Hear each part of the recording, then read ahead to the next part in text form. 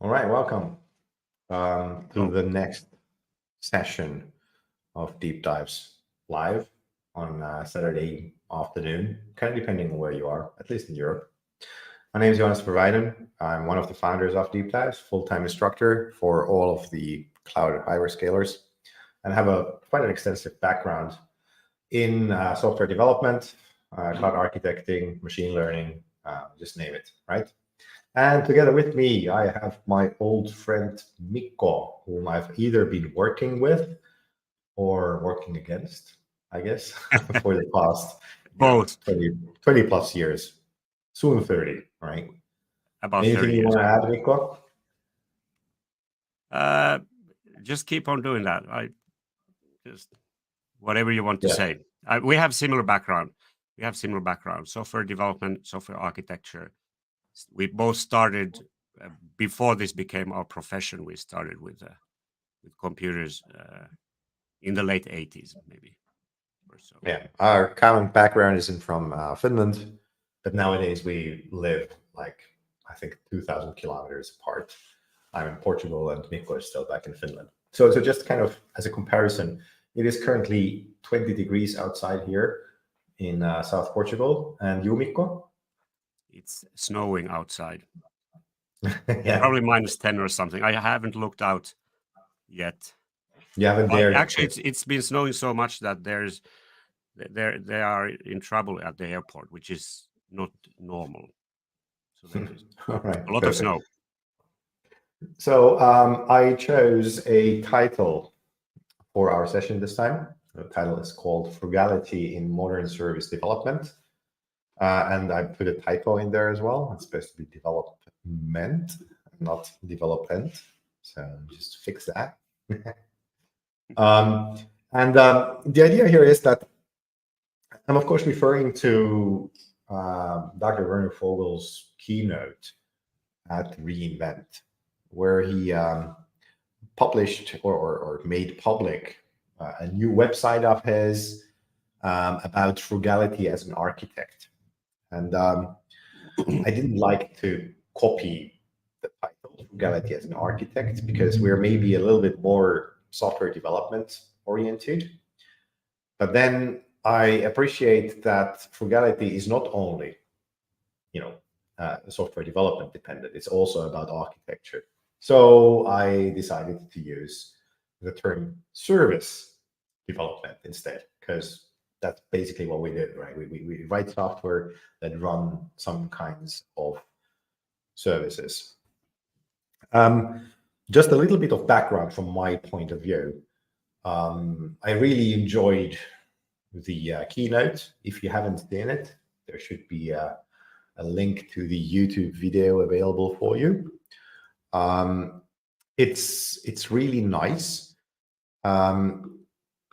It talks about a lot of things that I have been talking about when giving DevOps lectures, sometimes even software development lectures or instruction.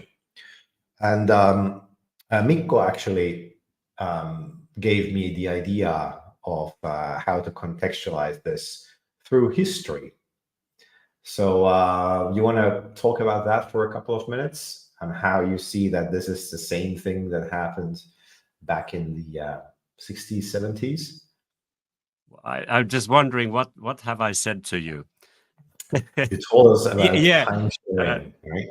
mainframes, or Yeah. you mean that back in the day when resources were not limitless in the mainframe time. I'm not that old that I've been working extensively with mainframes. Or am I?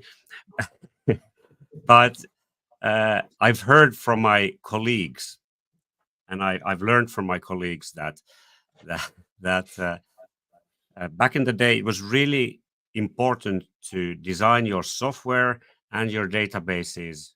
Basically, most of the time, relational databases, if we talk about data stores, very carefully and really pay attention. How do you access your database and what kind of queries you have?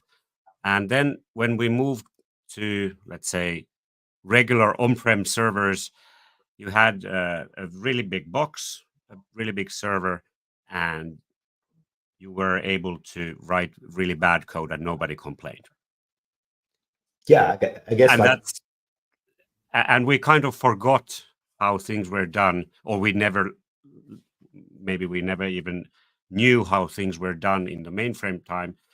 But that's one of the problems, and that's why we probably have the Frugal Architect 7 laws there now, to kind of get the control back and really pay attention to how you do things. Yeah, it's like back in the 60s and 70s when especially in academia, when people were kind of writing software and then running it on the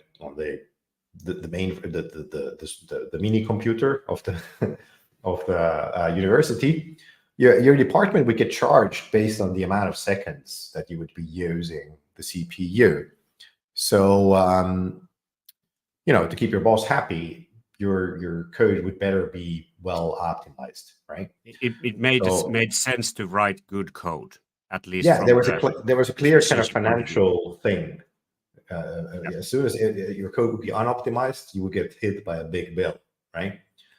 And this was, of course, always retroactive as well, right? So you kind of didn't know beforehand how long your program is going to run for. You could, of course, do some simulations, but you wouldn't really know.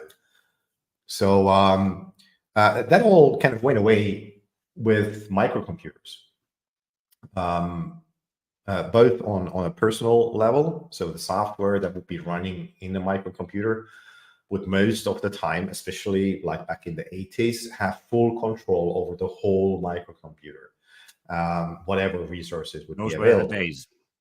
Yeah.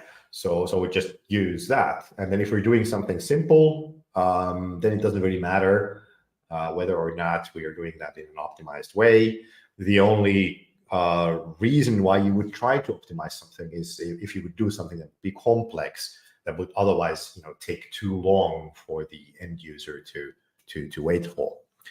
So we kind of brought that culture with us towards service development, or server software development.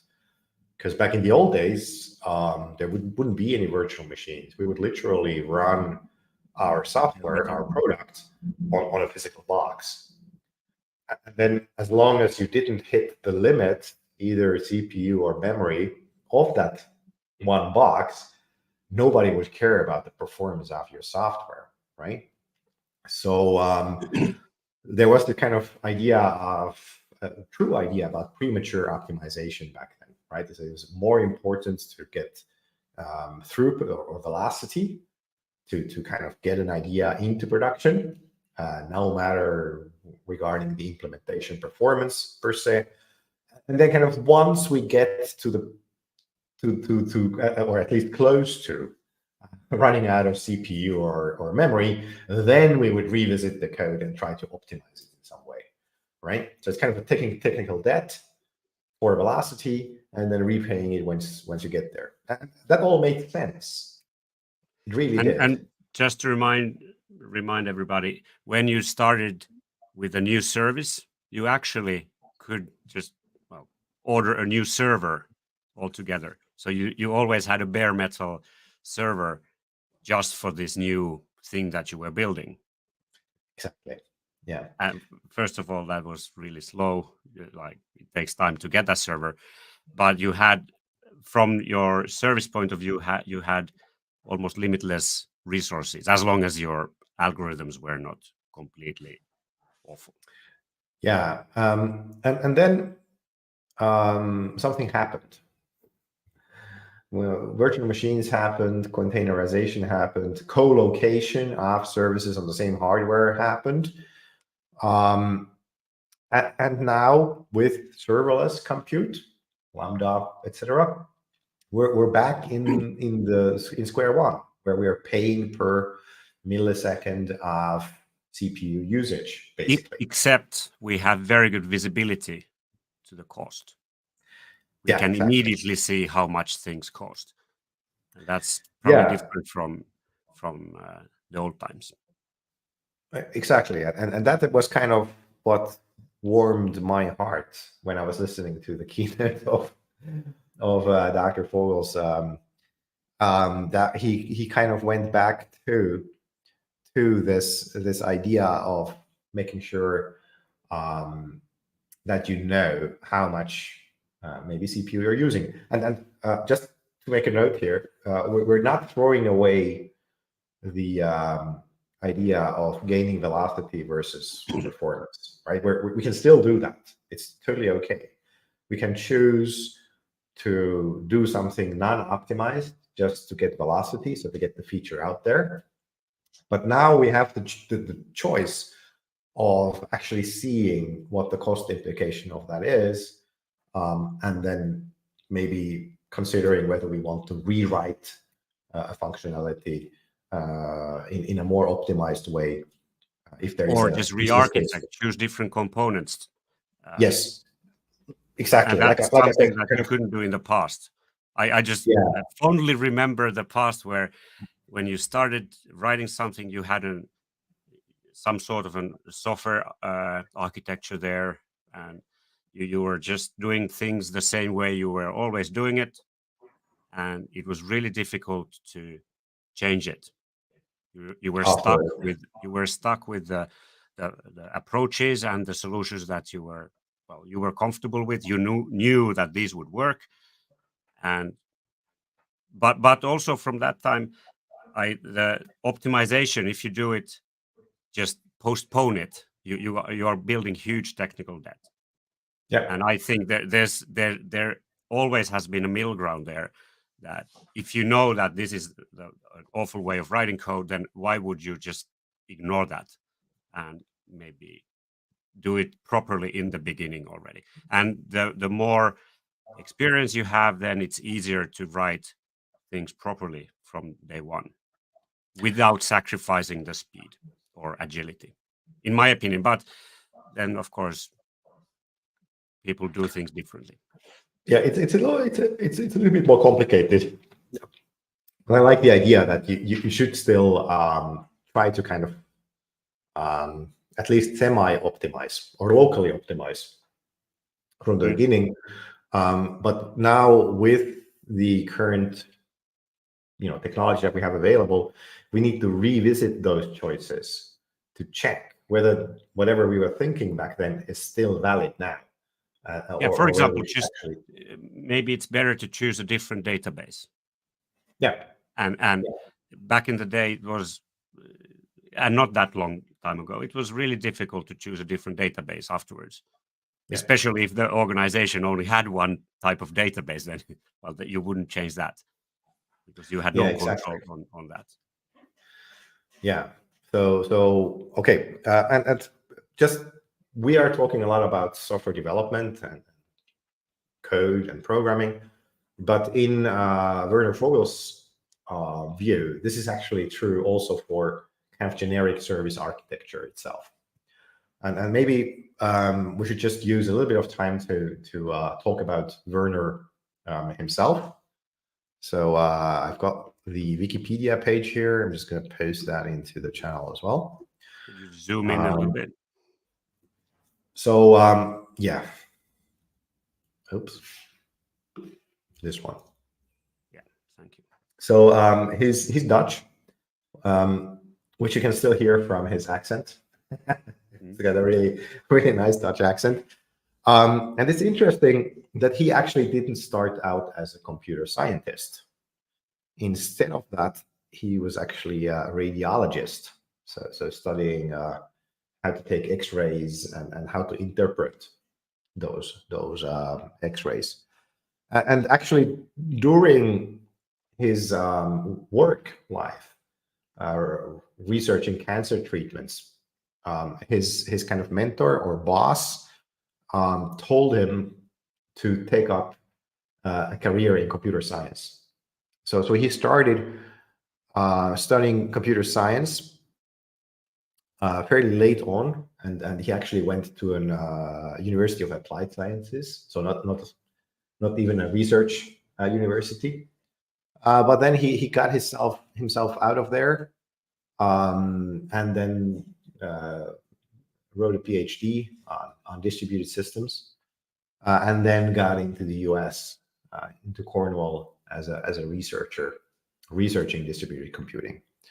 So that's kind of the background. And then he had some startups, and I think it was in 2004.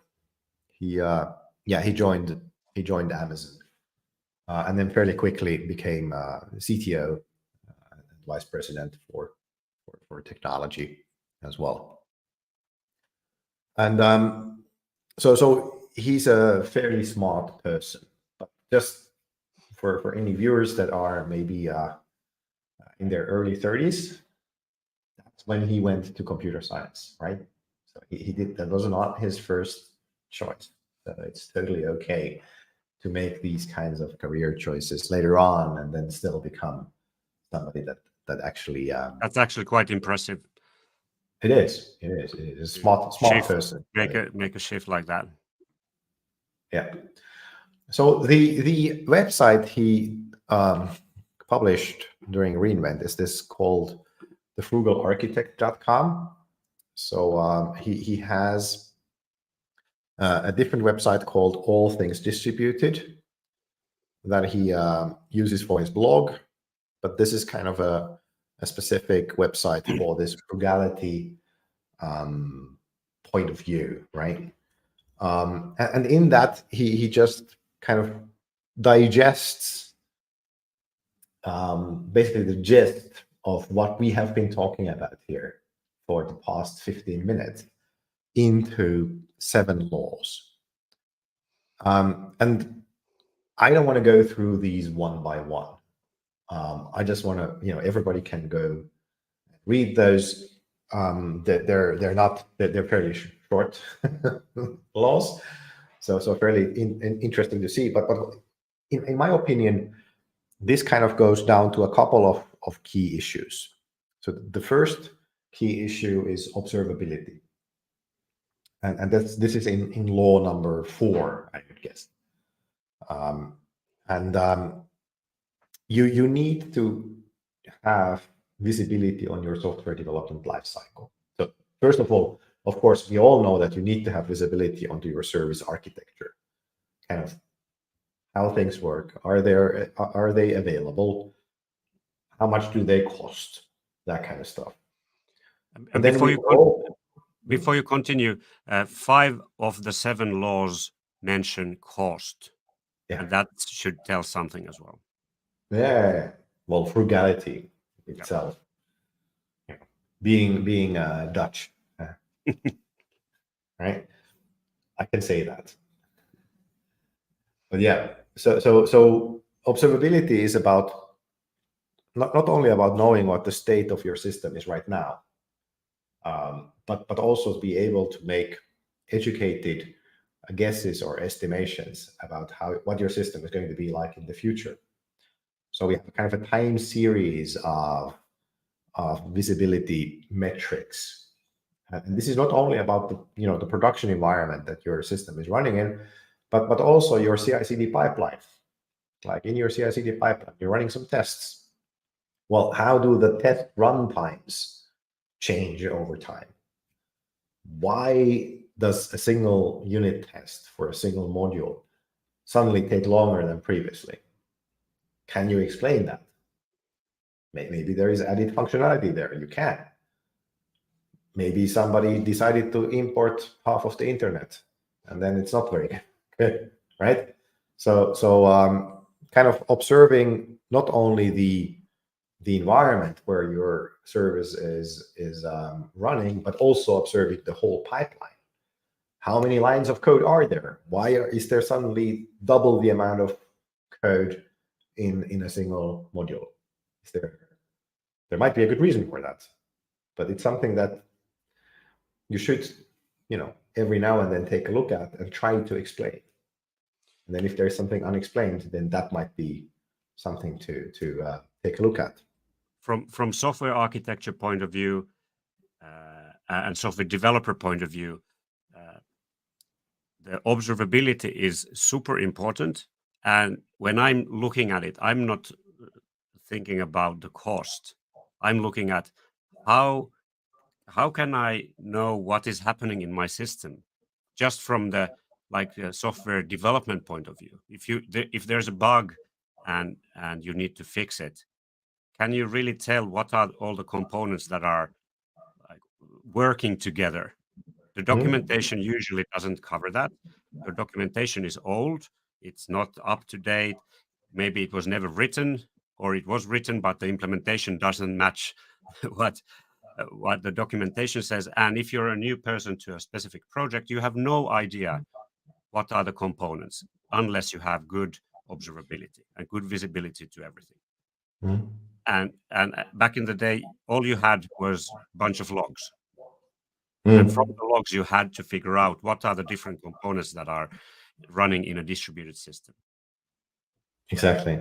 And yeah, that was hard. All right. But that was just, and that's me talking as a software developer, and I was not thinking about the cost here with observability. But yes, definitely, you need to have observability to the cost as well.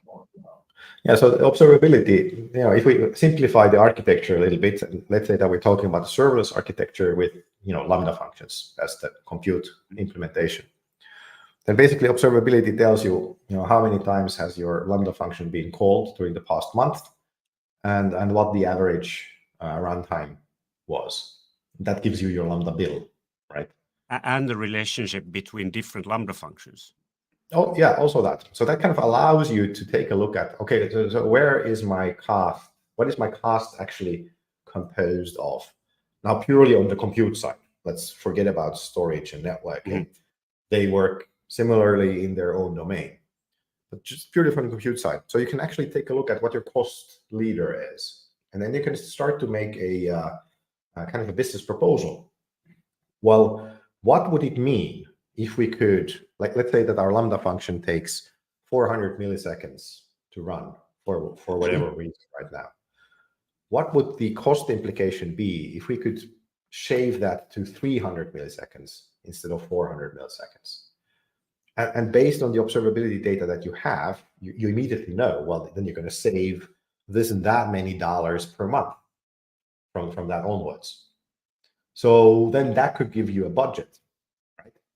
So does it make sense to try to rewrite this function? I haven't, now that you mentioned that, then when you have good observability, you might not have realized that actually the reason why you have this one Lambda function that takes, let's say, 400 milliseconds, maybe it's because the Lambda function is calling other Lambda functions and it's just waiting for the other Lambda functions. No and then you re-architect and not just make it more efficient, but then you have the idea that, hey, and this was implemented incorrectly completely. You need to do something else, like step functions or something. You can't have Lambda functions calling Lambda functions. That's not allowed. But if you have a chain, yeah.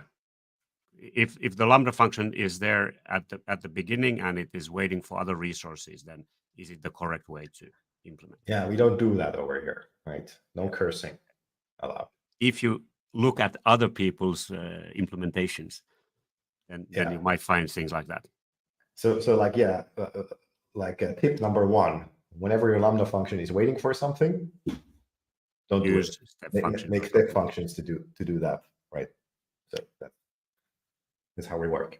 But yeah, so Lambda functions with observability can give you an idea of how to identify the places where you should do optimizations. Because if you have a Lambda function that runs once per month, and it takes 2 seconds to run, an unbelievably long time. It can take 15 minutes to run. No, we don't go there. But it's once per month, then maybe it's okay. That's on the border, right? So yeah. But we so if it's just once a month, then maybe we choose velocity over performance, right? Because it doesn't make sense to re-engineer that to make it more efficient, as it doesn't really affect any of our requirements. And that's kind of where we go to with law number one here, right? So cost needs to be a requirement. Similarly to latency, very often we're seeing that we have this kind of latency budget that we know that our end customers are sensitive to latency. So whatever action they're doing on the user interface basically gives us some limited amount of milliseconds to spend from the user interface all the way to the back end and back again. And then, of course, in modern architectures, we need to divide that budget between multiple services even. So instead of just thinking about that latency as a requirement, we can then also think of cost optimization as a requirement. Not maybe a specific budgeted requirement per se, but as pressure, pressing development to a certain direction, which is latency as a requirement has been around since day one. Yeah, of course. I've seen that as from, if you're looking at the specification, it's always mentioned there. It's easy to say, we need to have this and that. So that is nothing new. Like to have latency, but to have that cost there as well. Then because it kind of starts to be similar things. And if you have larger latencies, it means that you're doing something for a longer time, and that actually costs. Usually, that costs. Yeah. Somewhat. So just to pull in architecture for a short while. So because we're talking about latency here. So one way to also decrease cost and/or latency is to change the architecture.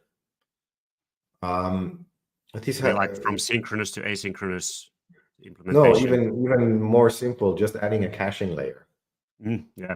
So especially when we're talking about fairly large relational databases, whenever you're running out of capacity on your database, the step up to the next size of database can have a huge financial impact. Basically, is either doubling your database costs or at least adding 50%, because that's what the steps are, right? There is no fine-grained possibilities there. So like if you're talking about large instances, this could mean like $1,000 or $2,000 more in your database costs alone. And the problem here is that you're just pushing towards 95% usage of your resources, which for me is actually a great place to be. Yes, I'm getting what I'm paying for, 95% usage. But the problem, of course, is that whenever there is a peak, then we get decreased user experiences via added latency because queries need to queue and that kind of stuff. So what we want to do is we want to raise the make a larger instance. And of course, the problem is that if we have 95% usage of our current infrastructure and we're doubling the size of an instance, then what is our usage like? About 50. Yeah, 47.5. That sounds awfully low to me. Sounds like my age. Yeah, I'm like paying so much, but I only get 47.5%. So kind of one of the ways to smoothen out this is to actually add a cache cluster to it. So the cache will take care of some of the repeated reads from the database. So it'll take off some of the requirements from the database, and it might very well be cheaper than getting and the cache can be in different places. The same is true, of course, also for Lambda invocations. Like if your Lambda does the same thing all the time with predictable outcome from a particular input, then maybe it's cheaper to serve that via cache than by actually calculating that every single time. So there are also these architectural ways for Frugality, for kind of getting more out of your architecture for a cheaper price. And at that point, you have already, of course, figured out if you have bad queries to your database. And you have optimized the queries, and there are lots of places and lots of things that you should do anyway. And that's maybe more debugging than actually anything else, in my opinion. But I would say it's also about writing. As a professional, you are writing better code when you have more experience, you know beforehand that, okay, that query will be a problem. You have 11 joins in that one query, then that will be a problem sooner or later. And I would say you have to do all of them. Like think about, for example, caching, but also you have to look at critically at your like software architecture. That is this correct? It's not only about optimizing Code. like the cache, or the latencies do come from so many different places that you have to look at from different directions. That absolutely. All right. So with regards to code, there has been some research, which surprisingly enough comes from Portugal. This is from INESC, which is a national kind of information or technical institute, research institute. And as it happens, Werner Vogels was actually working at INESC at his very early career as a computer scientist. So interesting to see things coming back together again. Again, I'm going to share the paper URL. And in this paper, they are measuring programming languages using different kinds of benchmarks. And what they are actually measuring is the amount of energy being used for a specific, so in joules for a specific benchmark, then the time, the CPU time that was used, and the amount of memory that was used across the different benchmarks. And I'm just going to, I have the paper in the video here, so I'm just going to scroll down to kind of see what the end results were. And the most energy efficient one is C. C, right? And that's kind of the benchmark against where we're looking at all of the other ones. So from an energy and time point of view, energy and time go pretty much hand in hand here. So the best one is C, which kind of makes sense if you've done any software development. And then the second one is actually Rust before C++, which is slightly surprising. But this might be due to library usage. And then next up, we've got Ada, which is a fairly old language, then followed by Java. So Java is the number for Java from energy point of view is 2, so it's uses twice as much energy compared to C. As C, yes. Whereas the Rust number is 1.03, so it uses basically the same 3% more. Yeah. So at the very end of this list of programming languages, we've got Python, which takes roughly 76 times the amount of energy than compared to C, and Perl, which takes roughly 80 times. And how do you translate? Can you translate this directly to the execution time as well? That's on the time side, right? So the next column is about time. That's CPU time. And these, of course, are different because different actions on the CPU take different amount of energy, right? And I'm asking because from end user point of view, if Python uses 76 times more energy, does it matter from the end user point of view, or is it? Well, it shows up on your energy bill, right? Especially if you have. What does it mean from the end user's point of view? If you have a laptop, then it shows up on your electricity bill. If you're using AWS services, no, there's no. Exactly. From AWS services point of view, there's no. And then you look at the time and the memory parts. So in that sense, from the end user's point of view, well, of course, we should think about the environment, but maybe the time so is more Python important. would be 72 times more time consuming. Almost hand in hand with the energy as well. Yeah, there are some differences which have to do probably with the compilers. So whether they are doing some kind of interpretation or just-in-time compilation into machine code.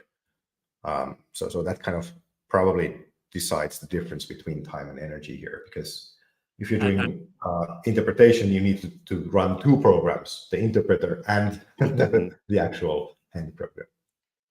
And if you think about this, then one would just, okay, let's do everything in C because it's more efficient. And you're doing things wrong then. Yeah. From my point of view, my background is with Java, more than 25 years of Java, and C, which I learned before I learned Java, is way too dangerous a language to be given to almost anybody. It's you run into trouble. You're going to make a huge mess if you just use C. And bear with me, for most programmers, software developers, it's much better to use a language that's safe and you're not leaking memory or have problems like that. And if you go down to the list to Python, which is very inefficient in that sense that it uses a lot of energy and time, but the time to write the code and to maintain it might just dwarf that number. It could be so much easier to maintain the code that it's okay to use Python. Yeah, that's kind of why Rust. That's also kind of why Rust is so interesting here, because Rust is type safe, and even though it doesn't have a garbage collector, it has built-in memory management capabilities. So Rust is kind of a safer language with almost the same time coefficient than C.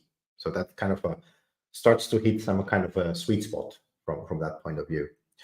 Also, Go is fairly up on this chart. It also has a good kind of lines of code versus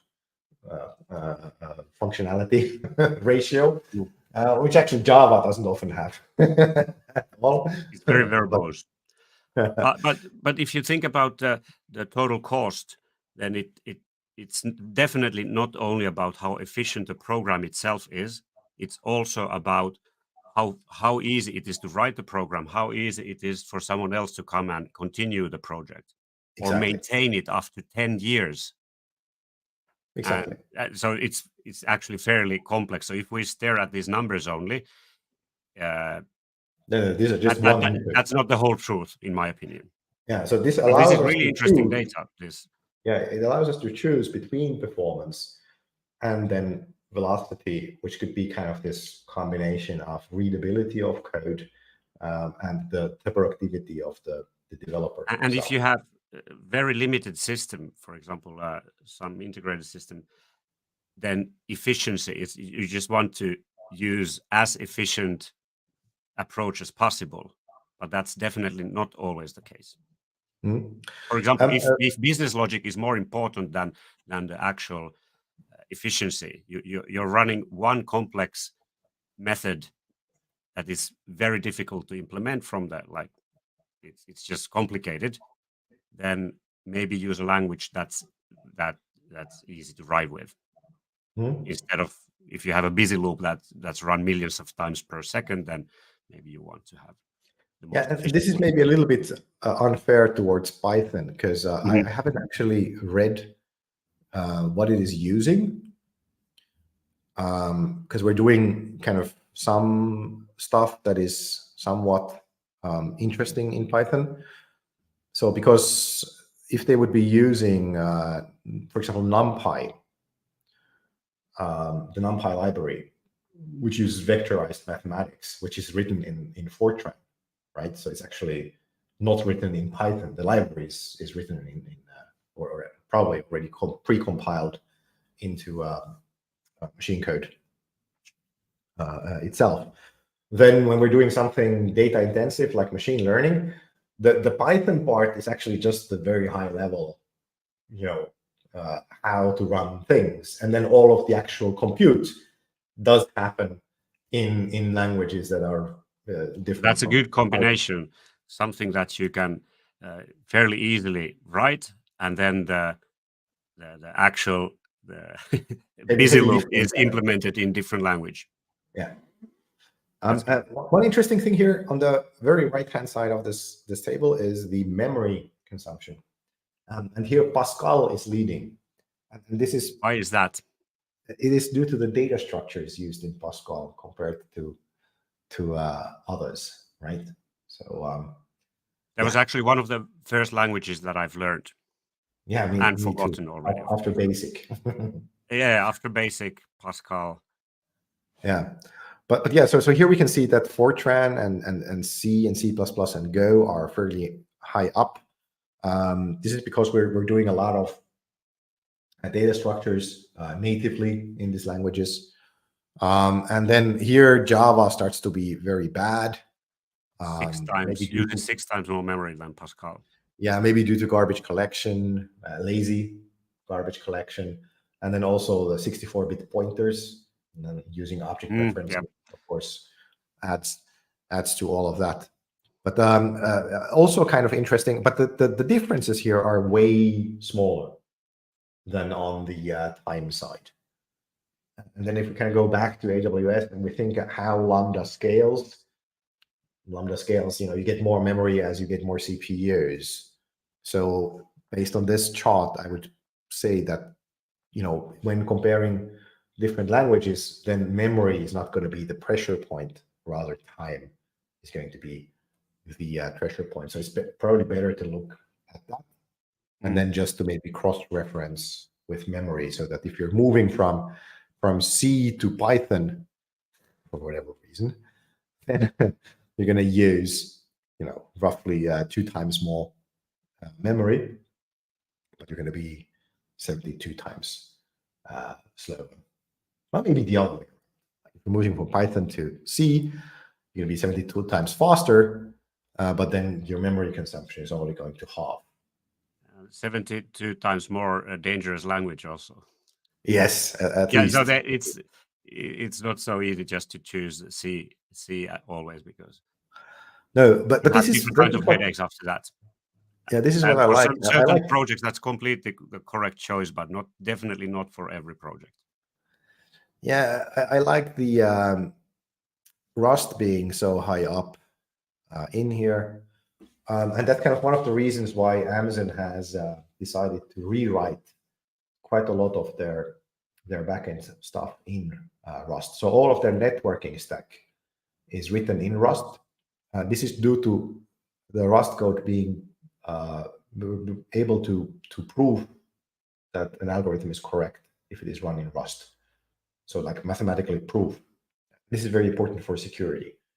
So that's why the networking code is written in Rust in AWS.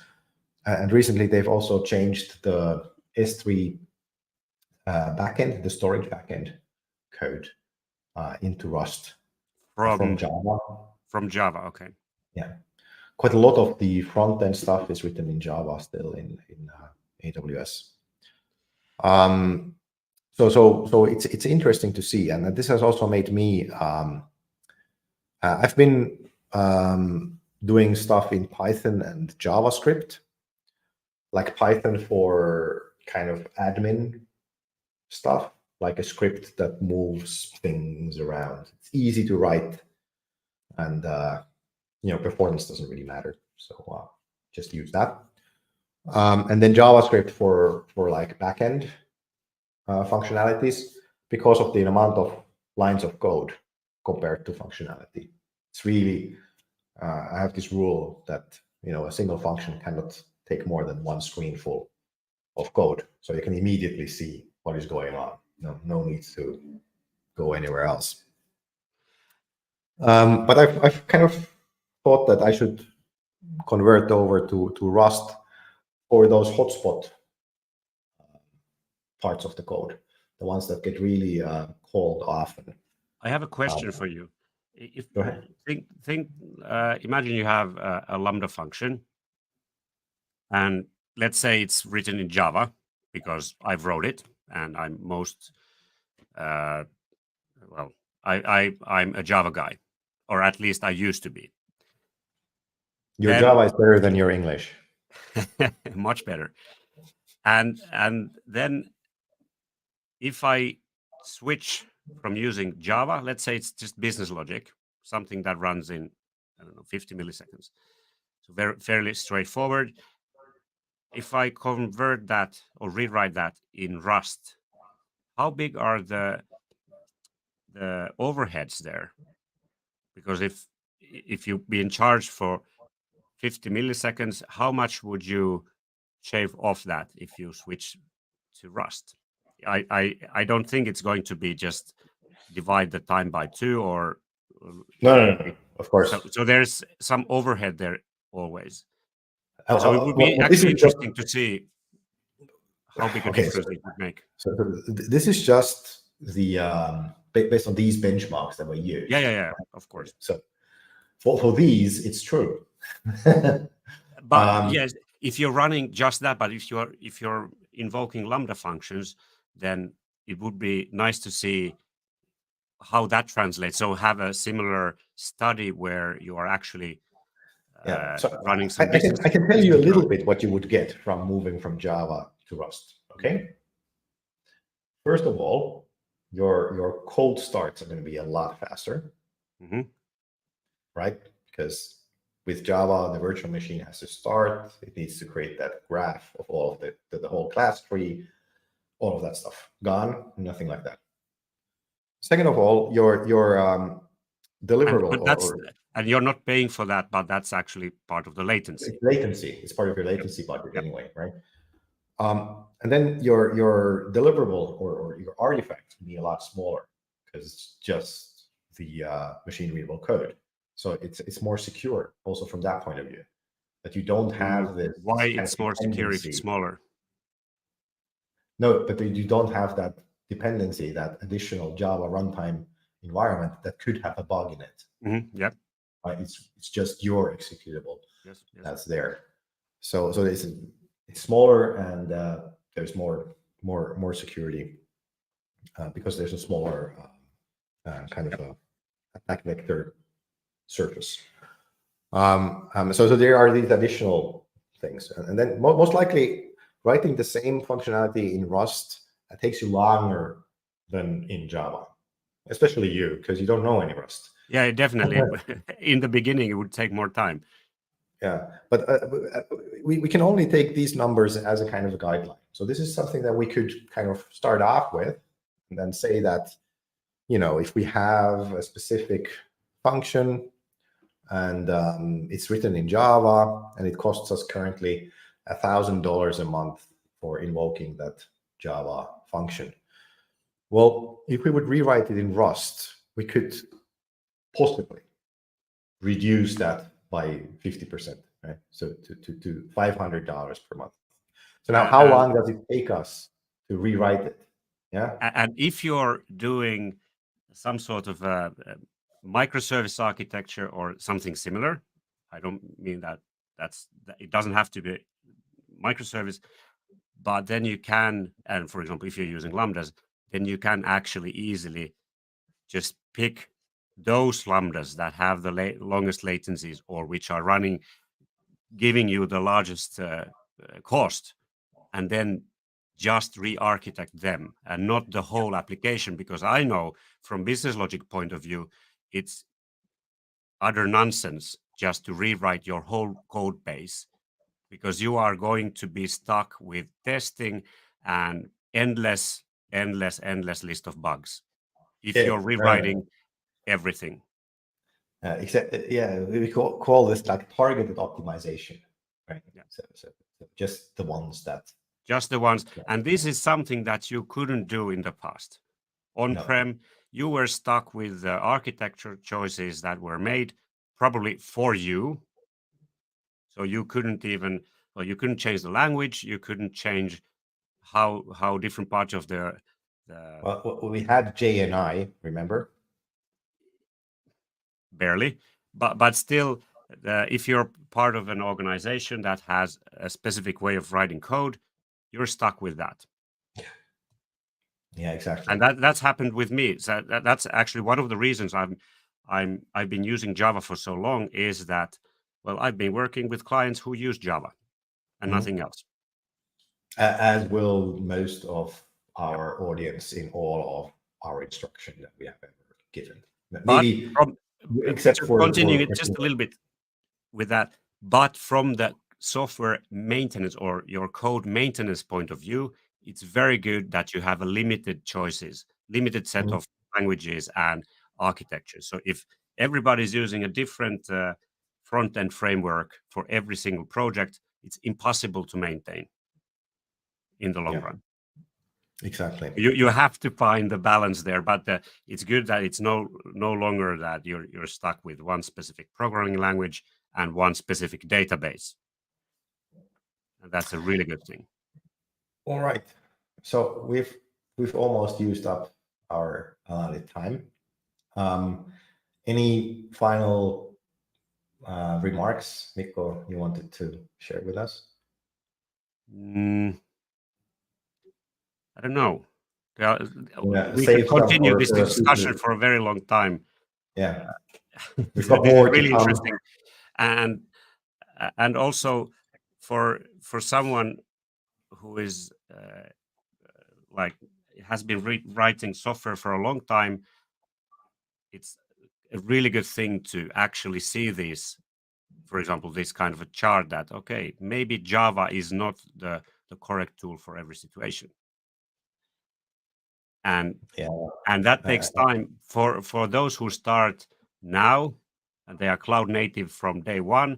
They are not limited by the decisions that were made a long time ago. Exactly. Yeah. It's going to be interesting to see how this changes the world. We're kind of bystanders, right? So we of course try to instruct our audience to take these kind of things into account when they're doing their own architectures, their own decisions. But then on the other hand, we can just kind of sit by it and look at what really happens in the world. And it's good that it's like going back to Dr. Vogels here. It's good that it's now finally a proper talking point. Like I've for a very long time felt like I'm the only person who wants to talk about this, and now we actually get somebody with a platform to talk about this as well. So it would be nice to see a study also from like software maintenance point of view, which languages are easier and which ones are difficult to maintain, because that's one part where the cost comes from. I think ACM does a study like that. I can try to look for that for our next session. At least I have seen it was somewhere together with the popularity of programming languages. There was also some discussion about the kind of usability and long-term maintenance point of views. And for organizations that are cloud native and start now something new, it's easy to make good choices there. But if you have already millions and millions of lines of code, how do you change that? Yeah, that's difficult.